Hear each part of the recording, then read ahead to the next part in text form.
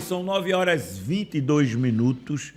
A gente vem falando desde a abertura do programa e eu tenho o prazer grande de receber aqui no programa Tribuna Livre o capitão Adriano Levi. Capitão Levi, que comanda a Companhia Independente aqui de São Miguel dos Campos, né?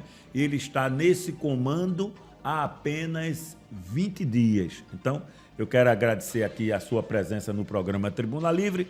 Quero colocar o programa Tribuna Livre à disposição da Primeira Companhia para qualquer informação, qualquer informe, né, que vocês tiverem para passar para a sociedade. A gente está aqui à sua disposição, tá certo, capitão? Agradecer também a presença aqui do Emerson Thiago, que é o nosso repórter na área policial. Ele também vai participar aqui da entrevista, né? A gente agradece também a participação do Emerson. Infelizmente, o nosso tempo, né, era para ele ter vindo um pouco mais cedo, né? O nosso tempo é curto, a gente só tem até as 10 horas para realizar o nosso programa. Então eu gostaria de começar, além de dar as boas-vindas, né, já perguntar, mesmo com 20 dias, como é que está a segurança em São Miguel dos Campos, como o senhor recebeu a companhia, né, e quais as expectativas? Muito bom dia, capitão. Bom dia a todos os ouvintes, né, a população de São Miguel dos Campos. Bem, eu sucedi o Major Silva Júnior, certo, no comando da companhia. Para quem não sabe, a primeira CIA, ela abrange também outras cidades, né? Além de São Miguel dos Campos, nós policiamos Anadia, Boca da Mata, Jequié da Praia, Campo Alegre e Roteiro, certo? A estrutura da companhia é muito boa, entendeu? O efetivo, dentro da possibilidade... Ainda é um problema efetivo, né? Também é uma questão de governo ainda. Aí o comando geral pode dar maiores detalhes com relação a isso, né? Mas nós fazemos nosso trabalho, né? Tiramos leite de pedra, certo? Nos esforçamos diuturnamente para garantir a segurança pública da população, certo? Estou, como o senhor disse, apenas 20 dias. A análise que eu tenho da criminalidade aqui, especificamente aqui em São Miguel, alguns roubos a gente verificou na questão do centro, né? Na localidade do centro. E como já é sabido, o bairro Hélio Jatobá, né? Parte alta, né? Uma parte que preocupa muito. Realmente a incidência de crimes ali realmente é grande, né? Eu implementei há cerca de 2 semanas a Operação Cidade Segura, certo? Ela abrange 3 viaturas nossas, que é a Rocan, a nossa RP e o nosso Pelopes, bem como a Rocan, quando o senhor fala, só para o pessoal em casa, são as motos? As motos. Que é excelente, né? Muito bom, muito bom. A moto o efeito é positivo. Justamente. E a questão da mobilidade que elas têm para chegar na ocorrência de a forma gente vê rápida. que os meliantes, eles têm, quando a Rocan tá no meio, eles ficam por causa da facilidade, né, a de mobilidade chegar. e a rapidez de chegar no local do crime e surpreender o bandido na hora que ele está cometendo o crime, né? Além do mais, temos as nossas forças-tarefa também, que está dando um incremento operacional, certo? E eu tenho certeza que durante esses próximos dias a gente vai diminuir bastante o índice de crime aqui na cidade. Em termos de estrutura, né, de viaturas, a gente vê que tem um número suficiente de viaturas, né? Isso. O grande problema, como o senhor falou, é de efetivo, mas aí é um problema de governo, é um problema de concurso público, né? É um problema também de lei de responsabilidade fiscal, é uma coisa mais complexa, mais complicada. É política de governo. Mas só para tirar até uma dúvida que eu tenho, está funcionando aquele programa que foi colocado, onde os policiais vendem a hora, né? O governo paga como se fosse hora extra nas folgas. Está funcionando isso aqui na companhia? Inclusive, você já deve ter percebido aí as nossas viaturas amarelinhas, né? As amarelinhas é a força-tarefa, né? É um serviço que consiste no turno de 6 horas, de turno de serviço, né?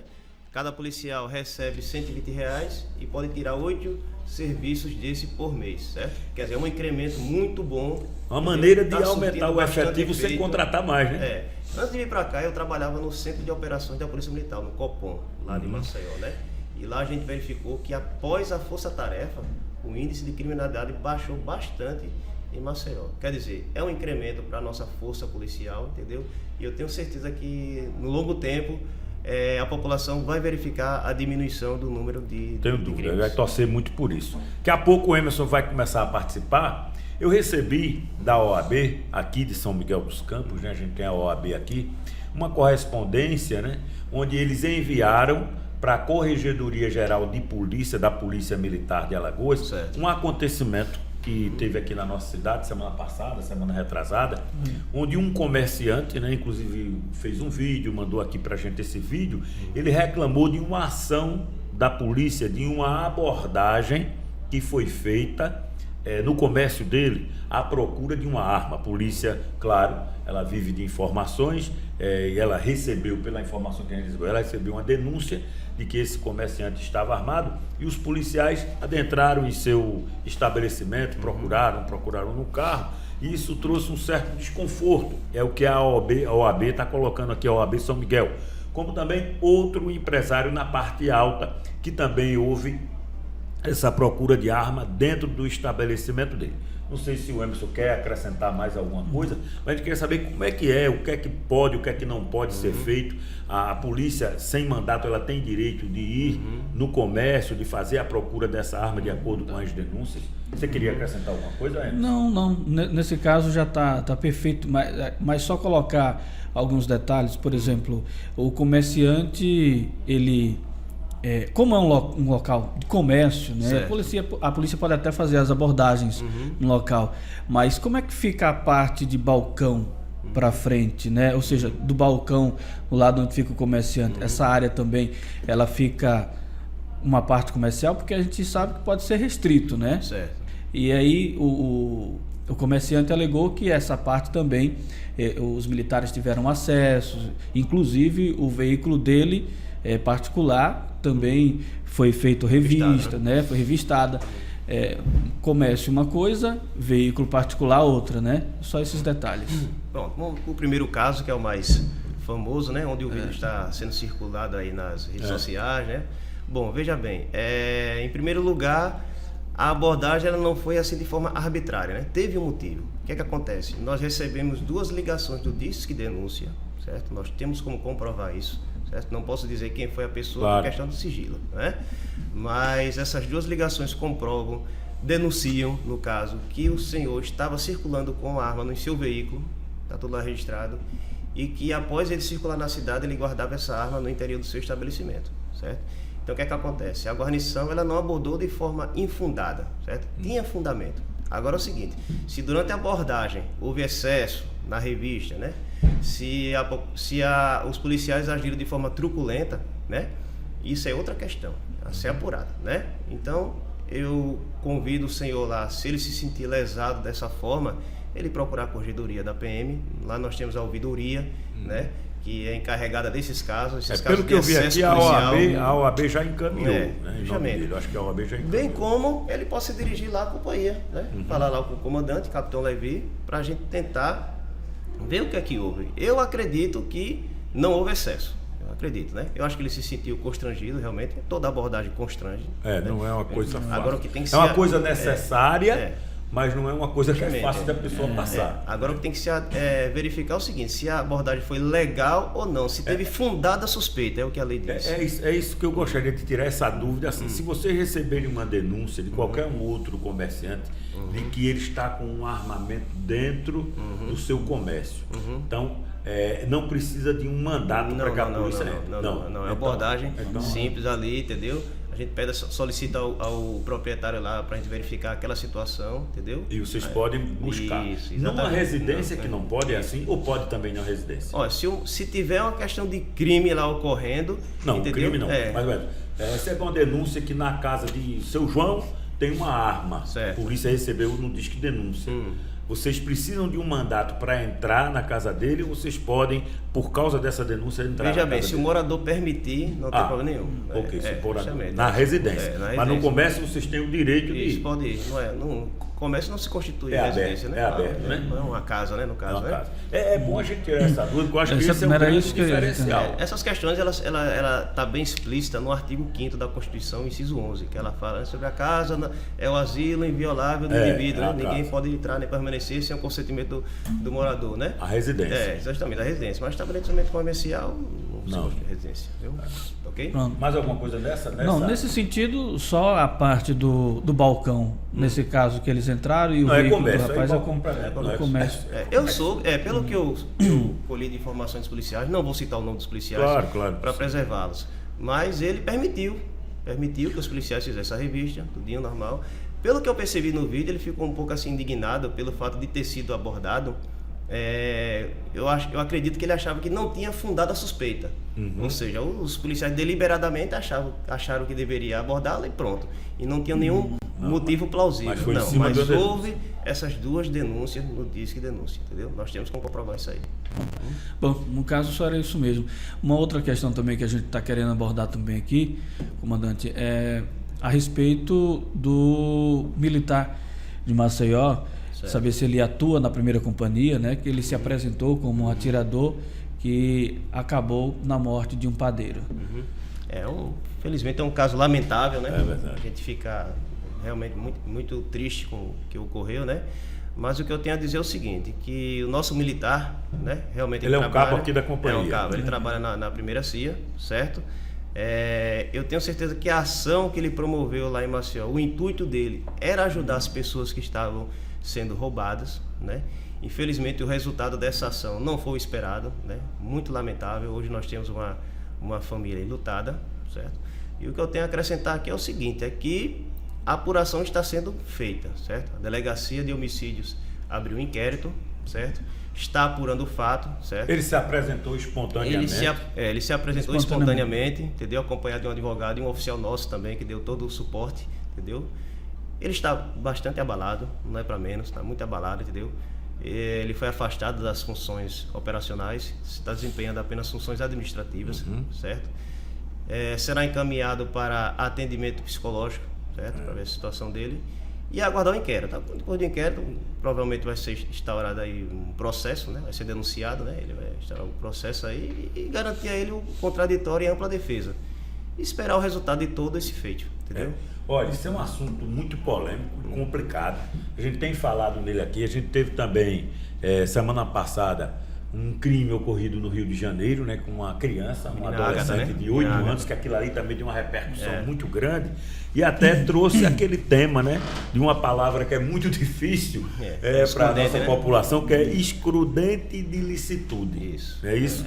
É esse nome. Na verdade é o seguinte, a proposta é que os militares, eles eu digo sempre aqui o seguinte, no confronto, se tiver um confronto, que a polícia leve toda a vantagem do mundo, porque o cara foi pro confronto. Eu acredito, sou acostumado a pedir aqui no programa, meu amigo, se você está errado, se você está cometendo um crime e a polícia chegar, se entregue. Se você estiver armado, tire as armas e vá pagar o que você deve. Porque se você for pro confronto, claro que toda a sociedade vai estar torcendo para você se dar mal. Se dar bem, né? Agora, é um fio de navalha, capitão. Eu gostaria que o senhor me ajudasse nisso aqui. A posição do governador do Rio de Janeiro, um governador, um administrador de um estado, que aí você considera ele como comandante da Polícia Militar do Estado, do mesmo jeito que o presidente comanda as Forças Armadas, né? Mesmo que seja teoricamente, vamos dizer assim, não é no papel, mas na hora que ele diz que é para atirar, quando você vê uma pessoa com um fuzil. Eu recebi um vídeo essa semana numa motocicleta, 2 rapazes descendo do morro, de um dos morros lá, eu acho que era do Alemão, com um pedestal de microfone na moto. Pedestal de microfone, aqueles que o Roberto Carlos canta, que qualquer cantor canta. E a polícia, ainda bem que esse policial era preparado. Eles acompanharam, olha, mas ela estava com o fuzil pronto. Olhou, ficou na dúvida, parou, deu um esporro no cara. Rapaz, como é que vocês fazem isso? Então, por pouco, ele não atirou.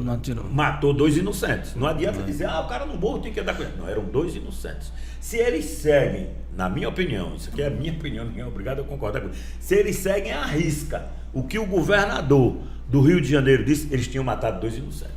Então, a posição do policial é complicada, é difícil. Eu tenho dito aqui, depois desses acontecimentos, que para ser policial não é mole não. Primeiro tem que ter sangue de ser policial. O que é que a gente vê hoje? O desemprego é tão grande que às vezes a pessoa não tem nenhuma habilidade para isso, mas quer um emprego. Ele quer um emprego, ele faz um concurso público para ser oficial, para ser soldado, para ser sargento da Polícia Militar, mas ele não tem nenhum tino para o negócio, que não devia acontecer, porque é uma profissão complicada e difícil, que você tem que ter um discernimento, você tem que ter, você tem que ser treinado também para isso, e que ganha tão pouco. Essa é a grande injustiça. O policial tinha que ganhar muito bem, porque ele passa por essas situações. Eu sou das Forças Armadas, eu sou oficial do Exército da Reserva. Eu fiz em Recife, o CPUE. Eu conheço um pouquinho, porque foi muito pouco tempo, eu ainda fiz estágio como aspirante, né? E sou segundo tenente do Exército. Então a gente aprende alguma coisa. Só que você aprender a coisa numa prática, num treinamento é uma coisa, quando você vai para a ação é outra completamente diferente. Então eu quero que o senhor, na sua opinião como militar, como atuante, né, o que é que pode ser feito em termos de preparação, de treinamento, a parte psicológica, para poder o policial enfrentar um problema desse e ter o discernimento da hora de tomar ação ou não? E o que é que o senhor acha de uma autorização dessa? Né? Atira primeiro, o presidente gosta também de dizer isso, o Bolsonaro. Atira primeiro para depois perguntar. Eu aprendi que o último recurso é o tiro, o último recurso. Gostaria de ouvir a opinião do senhor. Em primeiro lugar, o treinamento de tiro, ele tem que retratar a realidade, inclusive com as situações de estresse, entendeu? Já para preparar o policial para aquela situação. A situação de tiroteio, de confronto armado, não é fácil. A sua adrenalina está lá em cima, às vezes você tem segundos ali para decidir se atira ou não, e às vezes o emprego da arma é de forma errada, entendeu? Ela ocasiona situações jurídicas que vai prejudicar você para sempre, né? Essa é a primeira questão. Outra é a polêmica aí da questão do projeto do ministro Sérgio Moro, né? Projeto anticrime. E um dos itens é a questão da excludente de criminalidade, né? Ela já existe já no nosso Código Penal, né? Mas o cuidado hoje é deixar clara a situação realmente de excludente de criminalidade, né? Hoje se fala que esse projeto do Moro é como se fosse uma tal de licença para matar, né? Autorização para matar. Tá, uma licença para atirar de qualquer maneira e o policial não responderá. Bom, atualmente hoje nessas situações em que há confronto armado e a vítima, né, a vítima fatal, né, sempre tem que ser instaurado um inquérito, né? Sempre tem que ser instaurado um inquérito para se apurar. Tá aí o caso do nosso militar, certo? Para se apurar a verdade do fato. Eu acredito que deva continuar isso. Está havendo um pouco de problema de interpretação do texto. Agora eu concordo que no que se refere à excludente de criminalidade, o nosso Supremo Tribunal Federal, né, ele deveria analisar a matéria. Já para não haver... Tem uma definição, né? Tem uma definição. Para não ficar dúvida. E justamente. Já para não haver esse tipo de questionamento na justiça, né? Já que o Supremo definiu já o que é e o que não é, os limites que a lei vai impor nesses casos. Confronto e legítima defesa é uma coisa. Justamente. Né, capitão? Justamente. Isso aí, inclusive, a parte civil, que esse excludente de licitude também pega para o civil, que diz na hora de demoção, né? Justamente. A excludente de licitude, no caso do nosso Código atual, ela é o quê? É a legítima defesa, é o estrito cumprimento do dever legal, entendeu? Essa é a parte referente à nossa polícia, nossos policiais, entendeu? Então, toda vez que o policial utiliza uma arma de fogo, ele está utilizando esse dispositivo da legítima defesa e do estrito cumprimento do dever legal. O que tem que ser observado é o seguinte: houve excesso na ação. O que se verifica hoje é que basta o policial reagir, aliás, ele é despreparado. Ele agiu com excesso. Eu acho que não. Tem que se verificar se houve excesso, se houve realmente a necessidade e se ele agiu com moderação. Se ele agiu dentro desses requisitos, não há o porquê incriminar o policial. E o cuidado que tem que ser, viu? Porque é um assunto que eu gosto muito, estou tomando aqui muito tempo, mas assim, ele tem que ter um cuidado muito grande quando ele for fazer a ação. Por exemplo, o militar, o cabo, que é aqui da companhia, que fez essa ação lá, claro que a intenção dele não era pegar o inocente, era pegar o bandido. O possível bandido, ou a pessoa que estava na O objetivo dele era neutralizar. Não tem como aquele policial lá do alemão queria atirar numa criança de 8 anos. Não, mas ele tem que pensar muito na hora que ele for usar a arma numa rua, pessoal aqui no centro. Eu sempre digo que a realidade de segurança pública aqui, vou olhar aqui por Alagoas, né? E nós compararmos com o Rio de Janeiro, não tem nem comparação. Se você olhar o Rio de Janeiro hoje, né, aqueles bandidos todos com armas de guerra, então aquilo é cenário de guerra. Não extrapolou em muito a situação normal, digamos assim, entre aspas, de segurança pública. Então precisa realmente de uma atitude enérgica, né? Você já serviu as Forças Armadas, sabe que o tiro dos 762 é muito destrutivo, ele é letal, entendeu? Então o que acontece? A gente vê aquele emprego das Forças Armadas nessas missões de paz da ONU. Eu vou citar, por exemplo, a do Haiti, né? A do Haiti. Inclusive tem um material vasto na internet, quem quiser pesquisar, tiver curiosidade, vai verificar isso. E lá existia essa ordem para neutralizar qualquer elemento que estivesse portando fuzil. E realmente aconteceu, e lá toda aquela questão daquela guerrilha, daquela criminalidade lá foi controlada, realmente. Eu acredito que no Rio de Janeiro, entendeu, está ocorrendo uma situação semelhante. Agora é o seguinte, o policial tem que ser muito responsável para fazer o uso da arma de fogo, entendeu? Tem que ter responsabilidade. Porque na dúvida, não atire. Se tiver dúvida, não atire, entendeu? Não atire, porque não vale a pena, né? Eu lembro que tem uma fala aí do presidente que eu não gosto de nenhum, que ele disse que no Rio de Janeiro precisava morrer 30 mil pessoas. Ele disse isso. 30 mil uma entrevista. Se entre elas fossem inocentes, fazer o quê? Aí essa eu não concordo. Não existe isso não. Essa eu não concordo, porque a favela, os morros do Rio de Janeiro, como aqui, a nossa periferia, tem pessoas... A maioria de pessoas de bem. Mas a maioria de pessoas de bem. A maioria de pessoas de bem. Esse cidadão, infelizmente, que sofreu esse problema no domingo lá em Cruz das Almas, um padeiro, um cara querido pela chefe, por todo mundo, pela família, né? Exato. Então, puxa vida, claro que falta muito lamentável. É uma coisa lamentável, uma tragédia, vamos dizer assim. Agora precisa ter um treinamento, sei lá, mais específico, e precisa ser policial quem tiver condições, capacidade e queira ser realmente policial. Não vá porque é um concurso que é um emprego, não, porque é diferente. Eu sempre digo que o policial, ele é um trabalhador diferente dos demais. Em primeiro lugar, nós não temos carga horária, não temos, né, como trabalhador comum. Muitos direitos trabalhistas também não temos, entendeu? Se for necessário trabalhar 1 dia, 2 dias, 3 dias seguidos, se for de necessidade da segurança pública, o policial trabalhará. Então, para isso, precisa ter um perfil para isso. Precisa ter o perfil? Precisa ter uma remuneração digna. Quando ele for para treinamento rua, específico. Quando ele for para a rua, ele tem que ir com a tranquilidade de que sua família está bem, de que o aluguel está em dia, de que seus filhos estão numa escola razoável e que tem o alimento para dentro de casa. Como você vai sair para proteger a sociedade se você está desmantelado em casa? Se você tem que estar bem psicologicamente ele tem que estar bem preparado nessa situação, né? E eu acho que hoje em dia os casos que têm um índice maior em termos dos policiais dentro da própria, ou seja, os problemas de casa às vezes é levado para a rua, porque não está tendo um acompanhamento psicológico.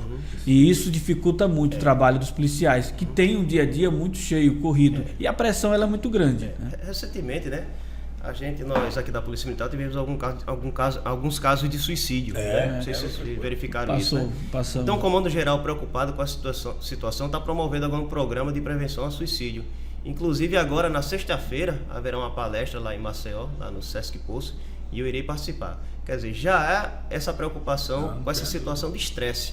Todo policial militar que passa por uma situação de confronto armado, ele desenvolve o que se chama de transtorno do estresse pós-traumático, certo? Ele fica com aquela situação de perigo, de medo incutido ali na sua mente, entendeu? Então é necessário ele fazer um trabalho realmente psicológico disso, entendeu? Para verificar se essas sequelas podem ser tratadas ao longo do tempo, entendeu?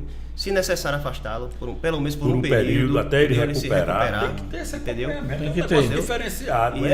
E é muito louvável a atitude do nosso comando, entendeu? Nosso comando Coronel Sampaio, com relação a isso. Ele está muito preocupado com essa questão da saúde mental dos nossos policiais, entendeu? Ser policial realmente não é fácil. É difícil, é complicado. Eu tenho dito aqui esses 15 dias que você quer fazer o concurso da Polícia Militar, da Polícia Civil, Forças Armadas de um modo geral, vá se você tiver esse perfil, se você tiver esse controle. Né? Porque nem todo mundo tem... Todo mundo tem esse preparo, né? Não tem essa condição de ter um discernimento. Até acho que devia ser um teste diferenciado, um psicotécnico diferenciado, porque não é brincadeira não. Por um segundo você pode dar um erro desse e a gente sabe que quando passa por uma situação, né? Morrer. E não é para acontecer. Não é para acontecer isso. É questão de ter treinamento, inclusive, também para poder decidir. Eu sempre bato nessa tecla. O treinamento de tiro, especificamente, ele tem que retratar a realidade. Não adianta você fazer um treinamento de tiro ali hipotético, uma situação ali comum, tranquila, que não retrata a realidade, porque a realidade do policial é outra. Quando ele vai numa ocorrência, ele enfrenta um terreno totalmente ali adverso. Totalmente adverso, entendeu? O estresse do policial está lá em cima, lá nas alturas. A adrenalina está alta, entendeu? Então, e ali não é brincadeira, é verdadeiro. Então ele precisa do que se chama de condicionamento psicomotor, que são ações que são feitas no treinamento de tiro, que como retratam a realidade, entendeu? Ele vai usar naquele terreno. Você então, naquela situação ali rápida, quando já está com aquele treinamento, com aquele condicionamento psicomotor, entendeu? Ele vai agir de forma legal, sem exageros, entendeu? E dentro da lei. Eu no Exército fiz fuga e evasão, foi preso, foi torturado, foi tudo, para poder ter o mais próximo da realidade, para você poder agir, né? Para você manter a tranquilidade. Mais alguma coisa para a gente poder encerrar aqui? Bom, até agora, no momento, não. A gente vai fechar essa participação. Amanhã a gente volta trazendo outras notícias aqui da região. No mais, está tudo tranquilo aqui pela região. Capitão, eu quero agradecer a presença do senhor. Nós conversamos com o capitão Adriano Levi, capitão Levi, comandante da companhia, primeira companhia independente de São Miguel dos Campos, colocando o capitão aqui, o programa Tribunal Livre sempre à disposição. E o senhor pode encerrar. Bom, queria agradecer, viu? E conclamar aí a população de São Miguel dos Campos que nos informe de qualquer situação de crime, né? Não se faz segurança pública sozinho, certo? Nós precisamos do apoio da sociedade. Então, sociedade miguelense, a companhia lá está de braços abertos, entendeu? Nós temos sempre oficiais à frente diuturnamente aqui acompanhando nossas equipes de policiamento, entendeu? E qualquer coisa, estou à disposição. E só tenho a agradecer aos senhores aqui pela atenção. Muito obrigado, viu? Obrigado.